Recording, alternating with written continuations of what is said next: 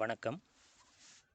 11ஆம் வகுப்பு தமிழ் இயல் ஒன்றினுடைய இலக்கணம் தான் இந்த வீடியோவில் நம்ம பார்க்க போகிறோம்.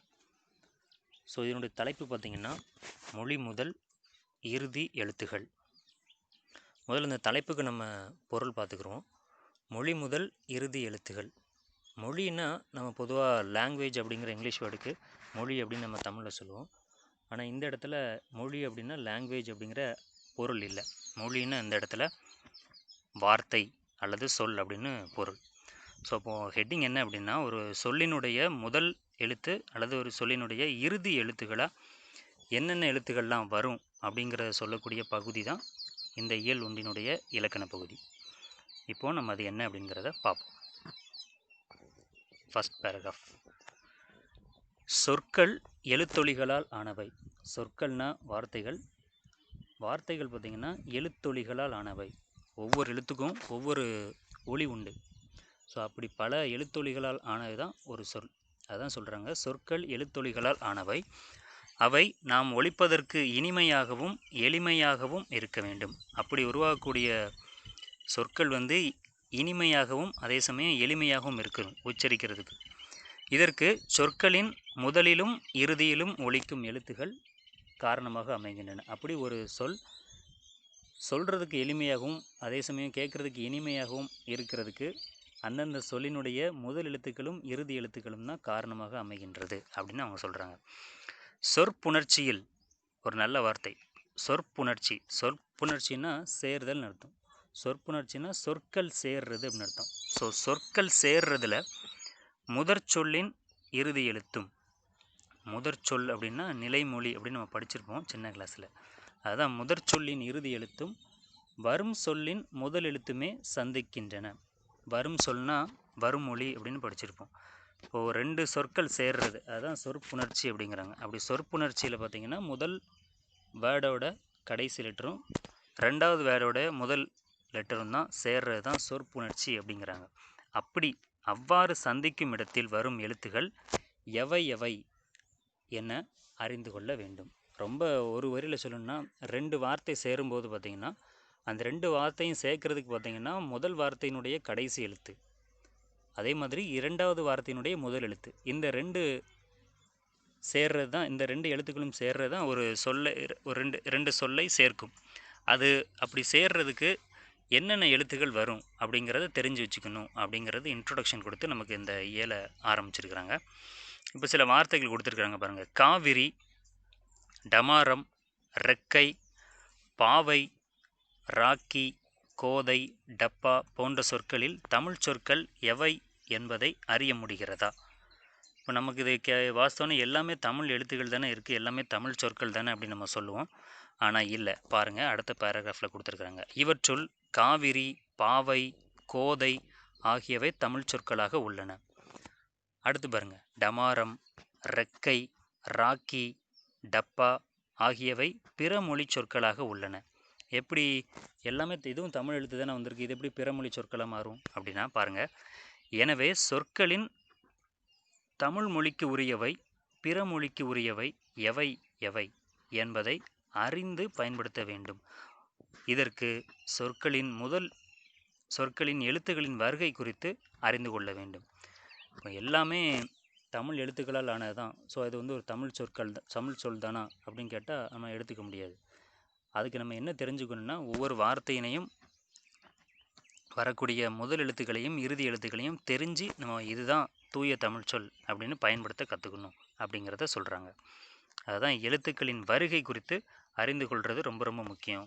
ஒரு வார்த்தையினுடைய முதல்ல வரக்கூடிய எழுத்துக்கள் என்னென்னலாம், ஒரு வார்த்தையினுடைய கடைசியில் வரக்கூடிய எழுத்துக்கள் என்னென்னலாம் அப்படின்னு தெரிஞ்சு பயன்படுத்தணும். அப்படின்னா எது தூய தமிழ் சொல், எது தமிழ் மொழி அல்லாத பிற சொல் அப்படின்னு நம்ம தெரிஞ்சுக்க முடியும் அப்படின்னு அவங்க சொல்கிறாங்க. இப்போ பாருங்கள், மொழி முதல் எழுத்துக்கள், ஒரு வார்த்தையினுடைய முதல்ல வரக்கூடிய எழுத்துக்கள் என்னென்னலாம் அப்படின்னு அவங்க சொல்கிறாங்க.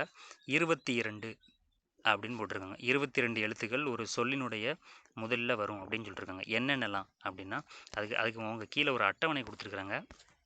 இங்கே பாருங்கள், மொழி முதல் எழுத்துக்கள் என்னென்னலாம்னா உயிரெழுத்துக்கள் 12, மெய் எழுத்துக்கள் 10, மொத்தம் 22. இந்த எழுத்துக்கள் தான் ஒரு வார்த்தையினுடைய முதல்ல வரக்கூடிய எழுத்துக்களாக அமையும். இப்போ அவங்க என்னென்ன எப்படி எப்படி வரும் அப்படின்னு அவங்க சொல்கிறாங்க பாருங்க. மொழி முதல் எழுத்துகள் 22. First point. உயிரெழுத்துகள் 12ம் சொல்லின் முதலில் வரும். இது நமக்கு என்னன்னு தெரியும். உயிரெழுத்துகள் 12 எழுத்துகள் அ ஆ இ ஈ அப்படின்னு ஆரம்பித்து அவு வரைக்கும் முடியக்கூடிய அந்த 12 எழுத்துக்களும் ஒரு வார்த்தையினுடைய முதல்ல வரும். அடுத்து செகண்ட் பாயிண்ட் பாருங்கள். மெய்யெழுத்துகள் தனி மெய் வடிவில் சொல்லுக்கு முதலில் வருவதில்லை. இது என்னென்னு உங்களுக்கு புரியும் நினைக்கிறேன். தனி மெய் வடிவில்னா தனி மெய்யெழுத்தா, அதாவது புள்ளி வைத்த எழுத்துக்களாக ஒரு சொல்லின் முதல்ல எந்த காரணத்தை கொண்டும் வராது அப்படிங்கிறாங்க. அவை உயிரெழுத்தோடு சேர்ந்து உயிர்மெய் வடிவிலேயே மொழிக்கு முதலில் வருகின்றன. அதாவது மெய்யெழுத்துக்கள் தனி மெய்யெழுத்துக்களாக 18 மெய்யெழுத்துக்கள் நமக்கு இருக்குது. அதில் 18 மெய்யெழுத்துக்களும் தனி மெய்யெழுத்துக்களாக ஒரு வார்த்தையினுடைய முதல் எழுத்தாக வராது. அது ஒரு உயிரெழுத்தோடு சேர்ந்து உயிர்மெய் வடிவத்தில் வேணால் ஒரு சொல்லோட முதல் எழுத்தாக வரும் அப்படிங்கிறாங்க. தேர்ட் பாயிண்ட் பாருங்கள். மெய்களில், அதாவது மெய்யெழுத்துக்களில் க ஞ ச ஞ த ந ப ம ய வ என்னும் 10 வரிசைகள் உயிர்மெய் வடிவங்களாக சொல்லின் முதலில் வரும். 18 மெய்யெழுத்து இருக்குது. அதில் இந்த 10 மெய்யெழுத்துக்கள் பார்த்திங்கன்னா உயிர்மெய் வடிவங்களை நல்லா கவனிக்கணும். நீங்கள் செகண்ட் பாயிண்ட் பார்த்திங்கன்னா அதே மாதிரி தான். ஏன்னா தனி மெய்யெழுத்தாக வராது. அதே மாதிரி அந்த 18 மெய்யெழுத்துக்களில் இந்த 10 மெய் அது மெய் வடிவமாக வராமல் உயிர்மெய் வடிவங்களாக ஒரு வார்த்தையினுடைய முதல்ல வரும். இப்போ கம்பு, கடல் அப்படின்னு சொல்லுவோம். அதே மாதிரி இப்போ பார்த்திங்கன்னா அது உயிர்மெய் வடிவமாக வந்திருக்கு. பிராக்கெட்டில் கொடுத்துருக்காங்க பாருங்கள். ஞனம் என்னும் சொல்லில் மட்டும் ஞ வரும். இந்த வார்த்தை நம்ம இப்போதைக்கு பயன்படுத்துறதில்ல. அது பின்னாடி அவங்க சொல்கிறாங்க பாருங்கள் எப்படி வரும் அப்படி ஞனம் அப்படிங்கிற சொல். ஃபோர்த் பாயிண்ட் பாருங்கள். ட ந ர ல ழ ல ர ந என்னும் 8 வரிசைகள் சொல்லின் முதலில் வருவதில்லை. இந்த 8 எழுத்துக்களும் ஒரு வார்த்தையினுடைய முதல்ல வராது அப்படின்னு சொல்லியிருக்காங்க. அப்புறம் 5வது பாயிண்ட்டு, ஆயுத எழுத்தும் சொல்லின் முதலில் வராது. இது நமக்கு தெரியும். ஆயுத எழுத்துன்னு சொல்லப்படக்கூடிய அந்த முப்புள்ளி, முப்பார் புள்ளி அப்படின்னு நம்ம படிச்சிருக்கோம். அந்த எழுத்தும் ஒரு வார்த்தையினுடைய முதல்ல வராது. ஒரு 5 பாயிண்ட் கொடுத்துருக்குறாங்க. 22 எழுத்துக்கள் தான் ஒரு வார்த்தையினுடைய முதல்ல வரும். அது மாதிரி எந்தெந்த எழுத்துக்கள் எந்தெந்த வடிவத்தில் வராது அப்படிங்கிறதையும் போட்டிருக்காங்க. மெய்யெழுத்து ஒரு தனி மெய்யெழுத்து வடிவமாக ஒரு சொல்லோட முதல்ல வராது. உயிர்மெய் வடிவங்களாக சொல்லினுடைய முதல்ல அது அமைந்து வரும் அப்படின்னு கொடுத்துருக்காங்க. இதுதான் அந்த 5 பாயிண்ட்டு. இப்போ பாருங்கள், ஒரு பாக்ஸில் கொடுத்துருக்காங்க பாருங்கள். குரல் என்ற சொல்லை அதை பிரிங்க. இக்கு கூட்டல், இப்போ கூ அப்படிங்கிற எழுத்து பிரித்தோம்னா இக்கு கூட்டல் ஊ, அப்புறம் கூட்டல் ரங்கிற எழுத்து பிரித்தோம்னா இரு கூட்டல் அ, அப்புறம் குரலில் இருக்கக்கூடிய கடைசி எழுத்து இல் என பிரிக்கலாம். இப்போ பாருங்கள், சொல்லின் முதலில் உள்ள கூ என்னும் உயிர்மெய் எழுத்தை பிரித்தோம் அப்படின்னா இக்கு கூட்டல் ஊ என பிரிக்கும் பொழுது இக் என்ற மெய்யெழுத்தே சொல்லின் முதலில் வருவதை அறியலாம். இப்போ இதை எதுக்கு நீங்கள் ரிலேட் பண்ணிக்கலாம்னா அந்த செகண்ட் பாயிண்ட்டுக்கு ரிலேட் பண்ணிக்கலாம். அது தனி மெய்யெழுத்துக்களாக வர்றதில்லை, உயிர்மெய் வடிவங்களோட சேர்ந்து தான் வரும். இப்போ பார்த்திங்கன்னா குரல் அப்படின்னா அதில் பார்த்திங்கன்னா இக்கு அப்படிங்கிற மெய்யெழுத்து இருக்குது. ஆனால் அது இக்கு அப்படிங்கிற வடிவத்தில் வரல, ஒரு உயிரெழுத்தோடு சேர்ந்து கூ அப்படிங்கிற உயிர்மெய் எழுத்தை மாறி வந்திருக்கு. ஸோ இப்படி தான் வரும். அப்புறம் பார்த்திங்கன்னா நமக்கு இங்கு என்ற மெல்லின மெய் விதம் என பொருள் தரும். ஞனம் என்னும் சொல்லில் மட்டும் முதலில் வரும். இச்சொல்லும் தனித்து வராது. உ அ இ உ என்ற சுட்டெழுத்துக்களுடன், அதே மாதிரி ய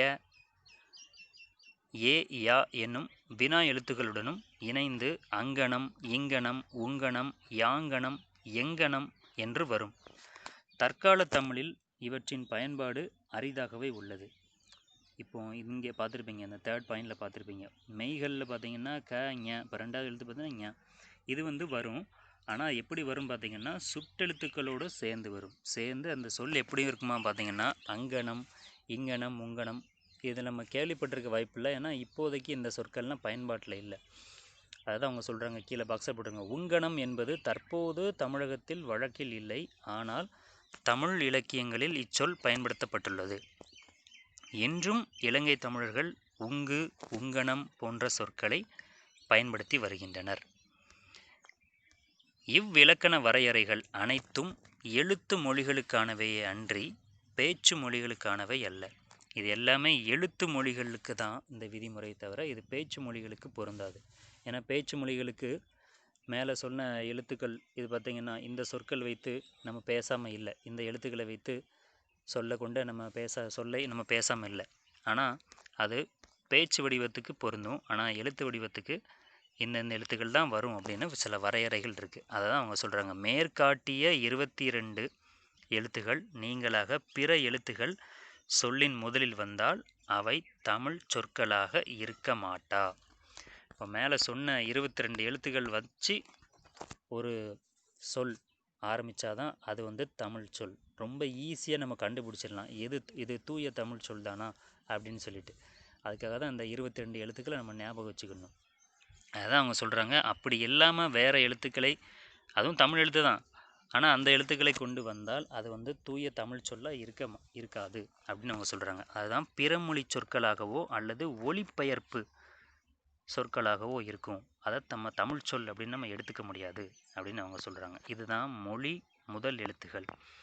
இதுதான் அவங்க நம்ம ஏற்கனவே பார்த்த மாதிரி மொழி முதல் எழுத்துக்கள் மொத்தம் 22, உயிரெழுத்துகள் 12, மெய்யெழுத்துகள் 18, மொத்தம் 22. அடுத்த பகுதி பார்த்திங்கன்னா மொழி இறுதி எழுத்துகள். மொழி இறுதி எழுத்துகள் 24. என்னென்னலாம் அப்படி பார்த்திங்கன்னா உயிரெழுத்துகள் 12ம் சொல்லின் இறுதியில் வரும். ஃபஸ்ட் பாயிண்ட், உயிரெழுத்துக்கள் 12ம் சொல்லின் இறுதியில் வரும். எப்படி உயிரெழுத்துக்கள் 12ம் சொல்லின் இறுதியில் வரும், பின்னாடி நமக்கு எடுத்துக்காட்டுகள் கொடுத்துருக்காங்க. செகண்ட் பாயிண்ட் பாருங்கள்.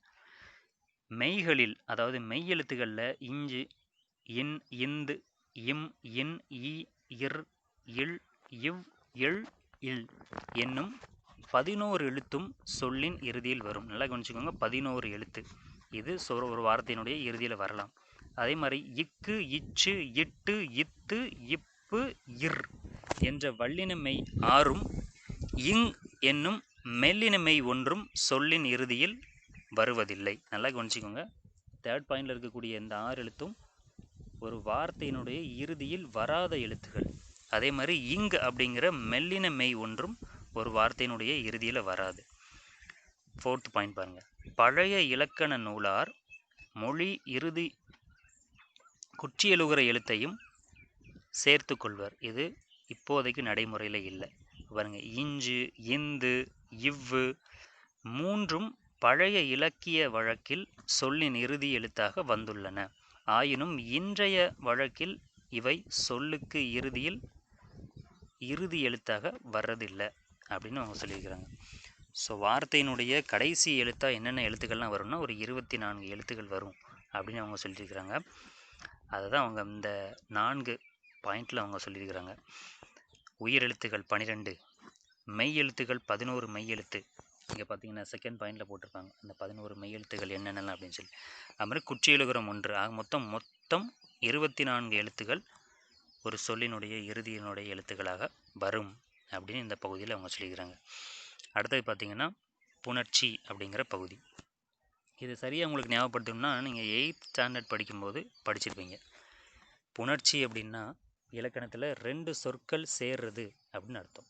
இங்கே பாருங்கள், நாம் பேசும்போதும் சில சொற்களை ஒன்றன் பின் ஒன்றாக அடுக்கி ஒரு சொல் போலவே பேசுகிறோம். எழுதும் போதும் அவ்வாறே எழுதுகிறோம். இப்போ பாருங்கள், 2 வார்த்தை உதாரணம் கொடுத்துருக்காங்க. தமிழரசி, நாட்டுப்பண் ஆகிய இச்சொற்கள் ஒரு சொல் வடிவம் போல உடையன. அதாவது ரெண்டும் பார்த்தீங்கன்னா ஒரே சொல், ஒரு வேர்டு மாதிரி தான் தெரியுது, ஆனால் இது ஒரே வேர்டு இல்லை, 2 சொல்லினுடைய சேர்க்கை. அதான் அவங்க சொல்கிறாங்க. ஆயினும் இவை 2 சொற்களின் சேர்க்கையாக உள்ளன. எப்படி அப்படின்னா பிரிச்சிருக்காங்க பாருங்கள். தமிழரசி அப்படின்னா தமிழ் கூட்டல் அரசி. இப்போ நாட்டுப்பண் அப்படின்னா நாடு கூட்டல் பண். அப்படி சேர்ந்து தான் தமிழரசி அப்படின்னு ஒரே சொல்லா மாதிரி இருக்குது, நாட்டுப்பண் அப்படின்னு ஒரே சொல்லா மாதிரி இருக்குது. எப்படி அப்படிங்கிறத அவங்க கொடுத்துருக்காங்க பாருங்கள். இவற்றில் முதலில் நிற்கும் சொல்லை நிலைமொழி என்றும், அதாவது ஃபஸ்ட் வேர்டு. இப்போ இங்கே பார்த்தீங்கன்னா தமிழ் கூட்டல் அரசின்னு போட்டிருக்கு. இதில் தமிழ் அப்படிங்கிற வார்த்தை தான் நிலைமொழி. நிலையாக, அதாவது முதல்ல வரக்கூடிய சொல்லை தான் நிலைமொழி அப்படிங்கிறாங்க. அதனோடு சேர்ந்து வரும் சொல்லை வருமொழி என்றும் அழைப்பர். அதற்கு அடுத்து வரக்கூடிய மொழினா வார்த்தை, வரக்கூடிய சொல்லை தான் வருமொழி என்று அழைப்பர். இவ்வாறு நிலைமொழியும் வருமொழியும் இணைவதை புணர்ச்சி என்பர். இதுதான் நமக்கு புணர்ச்சி அப்படிங்கிறதுக்கு ஒன்லைன். எப்படி என்ன அப்படின்னா நிலைமொழியும், அதாவது ஃபஸ்ட்டு வேர்டும் செகண்ட் வேர்டு அதான் வருமொழியும் இணையிற அந்த செயலை தான் இலக்கணத்தில் புணர்ச்சி அப்படின்னு சொல்கிறாங்க. நிலைமொழியின் இறுதி எழுத்தும் வருமொழியின் முதல் எழுத்தும் புணர்ச்சிக்கு உரியன. ஸோ முதல் வார்த்தையும் ரெண்டாவது வார்த்தையும் சேரும். சரி, ஓகே. முதல் வார்த்தையிலையும் ரெண்டாவது வார்த்தையிலையும் நிறைய எழுத்துக்கள் இருக்கும். எந்த எழுத்துக்கள் சேரும்? அதுதான் அடுத்த பாயிண்ட்டு. நிலைமொழியினுடைய இறுதி எழுத்து, அதாவது முதல் வார்த்தையினுடைய கடைசி எழுத்தும் செகண்ட் வேர்டு வருமொழியினுடைய முதல் எழுத்தும் சேர்றது தான் புணர்ச்சி. இங்கே பாருங்கள், உயிர் ஈறு மெய் ஈறு. இங்கே உயிர் ஈறு அப்படின்னா உயிர்னா உயிர் எழுத்து, ஈறு அப்படின்னா கடைசி அப்படின்னு அர்த்தம். இது உங்களுக்கு தெரிஞ்சது தான். மெய்யின மெய் எழுத்து, ஈறு அப்படின்னா கடைசி, மெய்யீறுனா மெய் எழுத்து கடைசியாக வர்றது. இங்கே பாருங்கள், பாயிண்ட் பாருங்கள். நிலைமொழியின் இறுதி எழுத்து உயிர் மெய்யாக இருந்தாலும் அதன் இறுதியில் நிற்கும் வடிவம் உயிர் என்பதால் அது உயிர் ஈறு எனப்படும். ரொம்ப ஈஸி. இப்போ உதாரணம் உங்களுக்கு கொடுத்துருக்காங்க பாருங்கள். மணி அப்படின்னு ஒரு சொல் கொடுத்துருக்காங்க, கூட்டல் மாலை, அது சேர்ந்தா மணி மாலை அப்படின்னு மாறுறாங்க. இது ஒரு உயிர் ஈறு அப்படின்னு சொல்கிறாங்க. எப்படி ஈறு? ஈறு அப்படின்னாலே நம்ம எதை பார்க்கணும்னா நிலைமொழியினுடைய கடைசி எழுத்து. நல்லா கவனிச்சுக்கோங்க. ஈறு அப்படின்னாலே எதை பார்க்கணும்னா நிலைமொழியினுடைய கடைசி எழுத்து. இப்போ மணி கூட்டல் மாலை அப்படிங்கிறதுல பார்த்தீங்கன்னா மணி அப்படிங்கிற சொல்லு தான் நிலைமொழி. ஸோ நிலைமொழியினுடைய கடைசி எழுத்து பார்த்தீங்கன்னா நீ அப்படிங்கிற எழுத்து இருக்குது. அதை பிரித்தோம் அப்படின்னா இன்னு கூட்டல் ஈ அப்படின்னு மாறும். இப்போ இன்னு கூட்டல் ஈன்னு மாறும்போது பார்த்தீங்கன்னா கடைசி எழுத்தா, நிலைமொழியுடைய கடைசி எழுத்தா ஈ அப்படிங்கிற ஒரு உயிர் எழுத்து இருக்குது. அதனால தான் அதை உயிர் ஈறு அப்படின்னு அவங்க சொல்கிறாங்க. அதே மாதிரி தான் நிலைமொழியினுடைய இறுதி எழுத்து மெய்யாக இருந்தால் அது மெய் ஈறு எனப்படும். அதே தான் நிலைமொழி தான், ஃபஸ்ட்டு வேர்டு தான். ஃபஸ்ட்டு வேர்டோட லாஸ்ட் லெட்டர் ஒரு மெய் எழுத்தாக இருந்தது அப்படின்னா அது மெய் ஈறு எனப்படும். அதுக்கு தான் ரெண்டாவது உதாரணம் கொடுத்துருக்காங்க, பொன் கூட்டல் வண்டு. இந்த பொன் கூட்டல் வண்டில் பொன் அப்படிங்கிறது தான் நிலைமொழி, நமக்கு தெரியும். வண்டுங்கிறது வருமொழி. இப்போ நம்ம மெய் ஈறு அப்படிங்கிறத எப்படி கண்டுபிடிக்கணும்னா நிலைமொழியினுடைய கடைசி எழுத்து மெய் எழுத்தாக இருந்தால் அதுதான் மெய் ஈறு. இப்போ இதில் நிலைமொழியினுடைய கடைசி எழுத்து பார்த்திங்கன்னா இன் அப்படிங்கிற எழுத்து. ஸோ அது மெய் ஈறு அப்படின்னு சொல்கிறோம். இது அதே மாதிரி தான் உயிர் முதல் மெய் முதல். இப்போ முதல் அப்படின்னா முதல் ஈறுன்னா நம்ம இப்போ உயிர் ஈறு மெய் ஈறுனா எப்படி நிலைமொழியினுடைய கடைசி எழுத்தை பார்த்தோமோ அதே மாதிரி முதல் உயிர் முதல் மெய் முதல் அப்படின்னா நம்ம வருமொழியினுடைய முதல் எழுத்தை பார்க்கணும். இங்கே பாருங்கள், பேராகிராஃப் பாருங்கள். வருமொழியின் முதல் எழுத்து உயிர் எழுத்தாக இருந்தால் அது உயிர் முதல் எனப்படும்.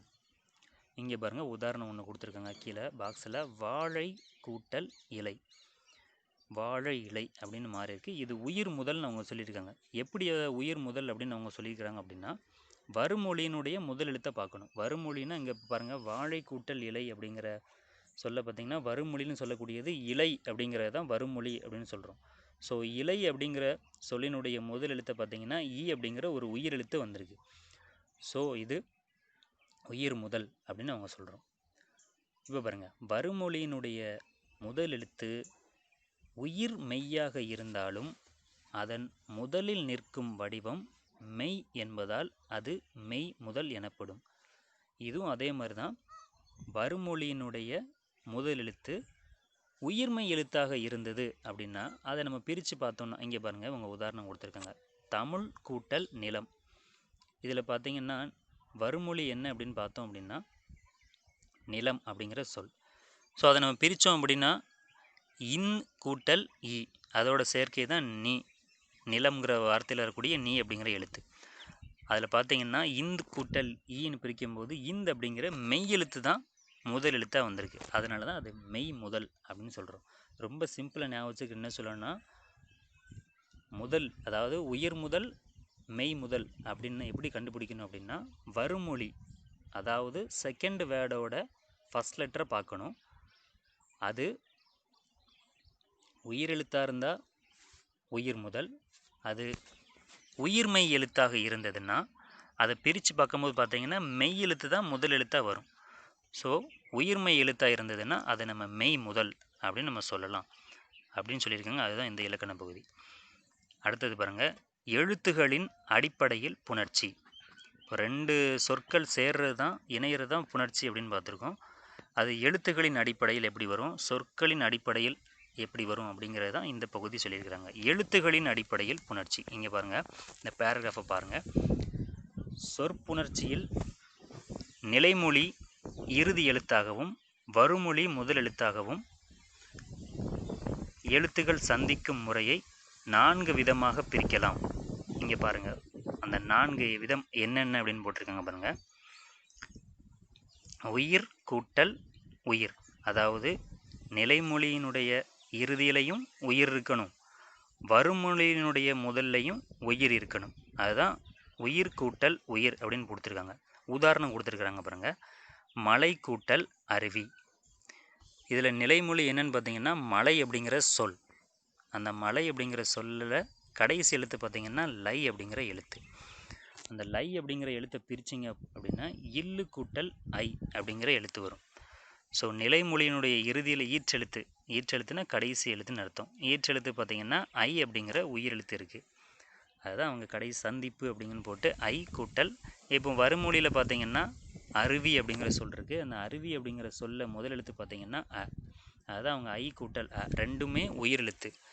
அதான் ஈற்றெழுத்தும் உயிரெழுத்தாக இருக்கணும், அதே சமயம் வருமொழியினுடைய முதலெழுத்தும் உயிரெழுத்தாக இருந்துருக்கிற வகை தான் அந்த உயிர் கூட்டல் உயிர். அதுக்கு தான் அவங்க மலை கூட்டல் அருவி அப்படின்னு உதாரணம் கொடுத்துருக்காங்க. ரெண்டாவது பார்த்திங்கன்னா நிலைமொழியினுடைய ஈற்றெழுத்து மெய்யெழுத்தாக இருக்கணும், வருமொழியினுடைய முதலெழுத்து உயிரெழுத்தாக இருக்கணும். அதுக்கு உதாரணம் கொடுத்துருக்காங்க பாருங்கள். தமிழ் கூட்டல் அன்னை. நிலைமொழியினுடைய ஈற்றெழுத்து மெய்யெழுத்து, தமிழ் அப்படிங்கிற வார்த்தையில் இல் அப்படிங்கிறது மெய்யெழுத்து, வருமொழியினுடைய முதலெழுத்து பார்த்திங்கன்னா அன்னை அப்படிங்கிறதுல ஆ இருக்குது. ஸோ இது இந்த விதிப்படி மெய் கூட்டல் உயிர் அப்படிங்கிற விதிப்படி சந்திச்சிருக்கு.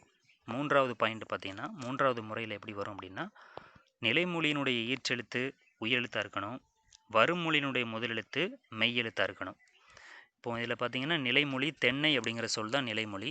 அதை நம்ம பிரித்தோம் அப்படின்னா நை, இன்னு கூட்டல் ஐ. ஐ அப்படிங்கிற உயிரெழுத்து நிலைமொழியினுடைய ஈற்றெழுத்தாக இருக்குது. அதுமாதிரி வருமொழியினுடைய முதலெழுத்து பார்த்திங்கன்னா மெய்யெழுத்தாக இருக்கணுமா. இங்கே பார்த்திங்கன்னா மரம் அப்படிங்கிற சொல், அதில் முதல் எழுத்தை பார்த்திங்கன்னா ம அப்படிங்கிற உயிர்மெய் எழுத்து. அதை பிரித்தோம் அப்படின்னா இம்மு கூட்டல் அ அப்படின்னு வரும். ஸோ இம் அப்படிங்கிற மெய்யெழுத்து வந்திருக்கு. ஸோ அப்போது தென்னை கூட்டல் மரம் அப்படிங்கிறது இந்த விதிக்கு, அதாவது உயிர் கூட்டல் மெய் அப்படிங்கிற விதிக்கு பொருந்துது. அதுதான் அவங்க சந்திப்பு அப்படின்னு ஐ கூட்டல் இம் அப்படின்னு போட்டிருக்கிறாங்க. அடுத்து 4வது முறையில் எப்படி வரும் அப்படின்னா மெய் கூட்டல் மெய், அதாவது நிலைமொழியினுடைய கடைசி எழுத்தும் மெய் எழுத்தாக வருமா, வருமொழியினுடைய முதல் எழுத்தும் மெய் எழுத்தாக வருமா. அது எப்படி, இதுதான் உதாரணம் கொடுத்துருக்காங்க பாருங்கள். நிலைமொழி தேன், அதில் பார்த்திங்கன்னா இன் அப்படிங்கிற மெய் எழுத்து கடைசி எழுத்தாக வந்திருக்கு. மழை அப்படிங்கிற சொல்ல பார்த்திங்கன்னா முதல் எழுத்து இம், அதாவது இம்மு கூட்டல் ஆ தான் ம. ஸோ அதை பிரிக்கும்போது இம் அப்படிங்கிற மெய் எழுத்து தான் வரும். ஸோ மெய் கூட்டல் மெய் அப்படிங்கிற விதிப்படி அது பொருந்தது. சொற்களின் அடிப்படையில் எப்படி பார்த்திங்கன்னா புணர்ச்சி வரும்னா, இலக்கண வகையால் சொற்கள் 4 வகைப்படும். இதை நம்ம சின்ன கிளாஸில் படிச்சிருப்போம். பெயர் சொல், வினைச்சொல், இடைச்சொல், உரிச்சொல் அப்படின்னு சொல்லிட்டு. இவற்றுள் இடைச்சொல்லும் உரிச்சொல்லும் பெயரையும் வினையையும் சார்ந்தே வருகின்றன. ஏன்னா அதுக்கு தனி வடிவம் கிடையாது. இடைச்சொல்லும் உரிச்சொல்லும் பெயரையும் வினையும் சார்ந்து தான் வரும். இவ்விரு சொற்களும் நிலைமொழியாகவும் வருமொழியாகவும் வந்தாலும் அவற்றின் புணர்ச்சி எழுத்துகளின் புணர்ச்சியே ஆகும். இப்போ பாருங்கள், உதாரணம் கொடுத்துருக்காங்க. நிலைமொழி வருமொழி.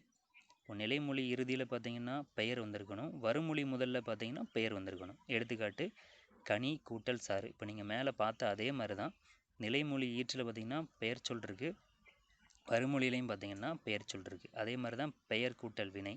எடுத்துக்காட்டு தமிழ் கூட்டல் படி, படிங்கிறது ஒரு வினை. அதே மாதிரி பார்த்திங்கன்னா நிலைமொழியில் பார்த்திங்கன்னா வினை இருக்கணும், வருமொழியில் பார்த்திங்கன்னா ஒரு வினை இருக்கணும். எடுத்துக்காட்டு பாருங்கள், நடந்து அப்படிங்கிறதும் ஒரு வினை தான், செல் அப்படிங்கிறதும் ஒரு வினை தான். 4வது முறையில் எப்படி வரும்னா, நிலைமொழி பார்த்திங்கன்னா வினையாக இருக்கணும், வருமொழி பார்த்திங்கன்னா பெயராக இருக்கணும். இப்போ நிலைமொழி உதாரணம் கொடுத்துருக்காங்க பாருங்கள். படித்த அப்படிங்கிறது ஒரு வினை, வருமொழி பார்த்திங்கன்னா பெயர் சொல்லாகும். நூல் அப்படிங்கிறது ஒரு பெயர் சொல். இங்கே பாருங்கள், புணர்ச்சி என்பது எழுத்துகளின் சந்திப்பாகவும் சொற்களின் சந்திப்பாகவும் அமைகிறது. எனவே எழுத்துகளும் சொற்களும் ஒளிக்கூறுகளாகவும் பொருள் கூறுகளாகவும் சந்திக்கும் நிகழ்வே புணர்ச்சி ஆகும். இதுதான் புணர்ச்சி அப்படிங்கிற இந்த இலக்கண பகுதி. அது எழுத்து வடிவத்தில் எப்படி வருது, சொல் வடிவத்தில் எப்படி வருது அப்படிங்கிறது தான் இதில் சொல்லியிருந்தாங்க. அடுத்த பகுதி குற்றிய லுகர ஈறு. குற்றிய லுகரம் அப்படின்னா இதுவும் நீங்கள் சின்ன கிளாஸில் நீங்கள் படித்தது தான்.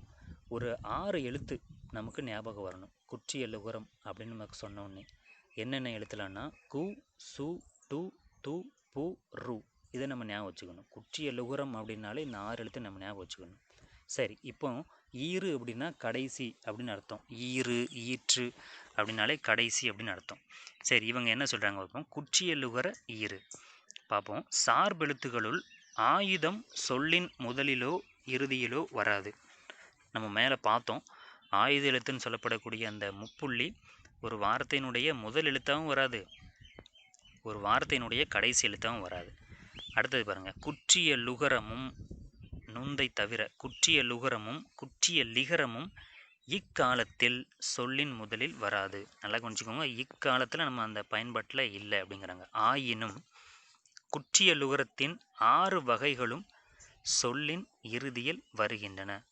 குற்றிய லுகரத்தில் 6 வகை இருக்கும். நெடில் தொடர், உயிர் தொடர், வன் தொடர், மென் தொடர், இடைத்தொடர், ஆயுத தொடர் அப்படின்னு நம்ம படிச்சிருப்போம். இந்த 6 வகை குற்றிய லுகரமும் சொல்லினுடைய இறுதியில் வரும் அப்படின்னு போட்டிருக்காங்க. இப்போ நம்ம மொழி முதல் மொழி இறுதி எழுத்துக்கள் என்னென்னு பார்த்துட்டு இருக்கோம். ஸோ அந்த குற்றியலுகர 6 வகை குற்றியலுகரமும் ஒரு சொல்லினுடைய இறுதியில் வரும் அப்படின்னு அவங்க சொல்லியிருக்கிறாங்க.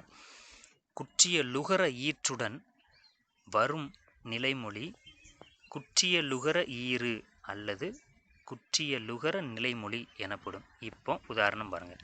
அந்த 6 வகை உங்களுக்கு ஞாபகம் இருக்கான்னு தெரியல, நம்ம சின்ன கிளாஸில் படித்தது தான்.